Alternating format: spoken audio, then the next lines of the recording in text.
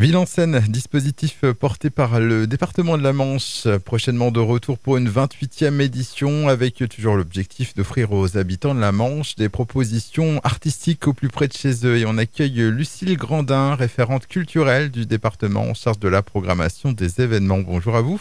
Bonjour.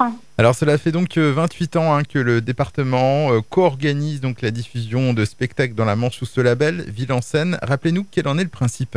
Alors Ville en Seine, c'est tout d'abord un réseau d'une vingtaine de partenaires avec lequel le département conventionne. Et dans cette convention, l'idée, c'est vraiment d'accompagner les petites communes qui n'ont pas forcément de compétences ni beaucoup de moyens techniques pour accueillir des spectacles. Et donc, le département leur propose de les accompagner dans cette démarche. Tout d'abord, en leur offrant une possibilité de programmer des spectacles qui ont été repérés par notre équipe de la direction culture. Ensuite, on va les accompagner techniquement pour accueillir ces spectacles. Et enfin, on va les aider financièrement aussi à financer le coût du spectacle. Alors cette nouvelle saison 2024-2025 débutera dès le mois d'octobre jusqu'à fin mai. Donc on retrouvera un total de 20 spectacles pour 79 représentations. Alors comment déjà avez-vous imaginé cette programmation ? En fait, l'idée c'est de proposer une multitude de projets différents.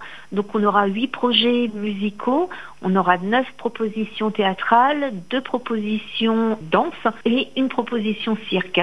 L'idée, c'est d'être vraiment assez pluridisciplinaire dans toutes les esthétiques que l'on va proposer. Et donc, on commencera cette prochaine saison avec un projet qui s'appelle les Radio Tutti Bariller Sister et qui est un bal néo-trad. Donc c'est quelque chose de très festif et l'idée à chaque fois qu'on accueille une compagnie, c'est qu'elle puisse tourner sur le département chez nos différents partenaires.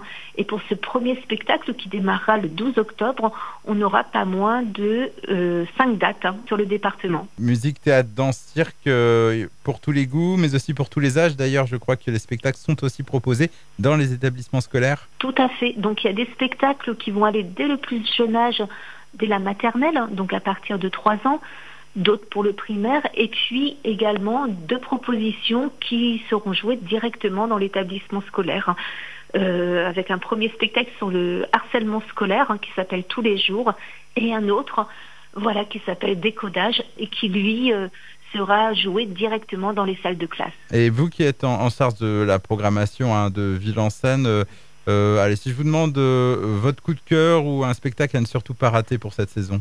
Alors, disons que cette année, je suis très fière que les partenaires ont eu une attirance pour les projets danse. Et donc, il y a 2 projets danse qui sont vraiment, vraiment bien. C'est des projets de danse contemporaine. Le premier, c'est Maçonne, qui va mélanger à la fois de la culture urbaine avec de la danse guadeloupéenne. Donc c'est vraiment un spectacle à découvrir et on pourra le voir dans la Hague, au Pieux, mais un petit peu sur tous les territoires, le nord, le centre et le sud. Et l'autre projet danse qu'on va également retrouver sur notre territoire, c'est Relative World. On est sur un duo et on aura la chance aussi de pouvoir le jouer directement en direction d'un public de collégiens. Il y a une séance organisée spécifiquement pour les collégiens. Après, il y en a beaucoup d'autres. Il y a Parias, il y a des petites formes. Il y a aussi beaucoup de projets régionaux parce que c'est important de pouvoir accueillir les projets normands. Donc, on aura aussi offre spéciale avec la compagnie Jossature et ses Joyeux Osselets, l'ensemble de Tchélis, une formation basée dans l'Orne et qui vient avec un projet qui s'appelle Drôle d'oiseaux. Donc c'est de la musique ancienne avec des chants d'oiseaux et là ça sera plus dans les églises et les abbayes. Le Deeper Dan, un sextet originaire de Coutances, plein de spectacles, plein de projets musicaux avec des cultures différentes. On partira en Inde avec Parveen Ilian. On ira aussi du côté de Cuba avec Raphaël Lemonnier et le Trova Project. Un projet aussi franco-japonais avec Maya Barou. C'est très varié, très multiple et je pense qu'on peut satisfaire le plus grand nombre. Un programme en effet très riche. Où est-ce qu'on peut le retrouver d'ailleurs pour en savoir un peu plus, notamment sur les dates? Alors, le programme, on peut le télécharger sur le site du département, donc manche.fr, vous tapez Ville en Seine et le programme en version PDF est à télécharger. On le retrouve également dans les offices du tourisme du département. dans tous les lieux culturels, voilà, les BDM, les cités-musées, mais aussi chez nos partenaires dans les mairies, forcément, voilà, un peu partout sur le territoire. Et en termes de tarification, le prix d'entrée varie suivant le spectacle ?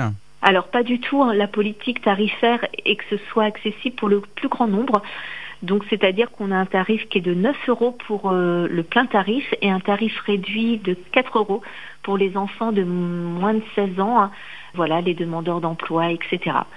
Et donc il y a même la carte de fidélité, hein, qui permet d'aller déjà sur n'importe quel lieu, voilà, où il y a une programmation estampillée Ville en Scène. Et dès que vous avez rempli 3 spectacles sur votre carte de fidélité à 9 €, le 4e passe à 4 €. Donc cette carte, elle est valable sur l'ensemble du réseau Ville en Scène. Alors 28e édition de Ville en Scène, et pour ne rien manquer de cette nouvelle saison, rendez-vous sur le site du département, donc manche.fr, afin d'y consulter la programmation complète. Je vous dis au revoir et à bientôt. Au revoir.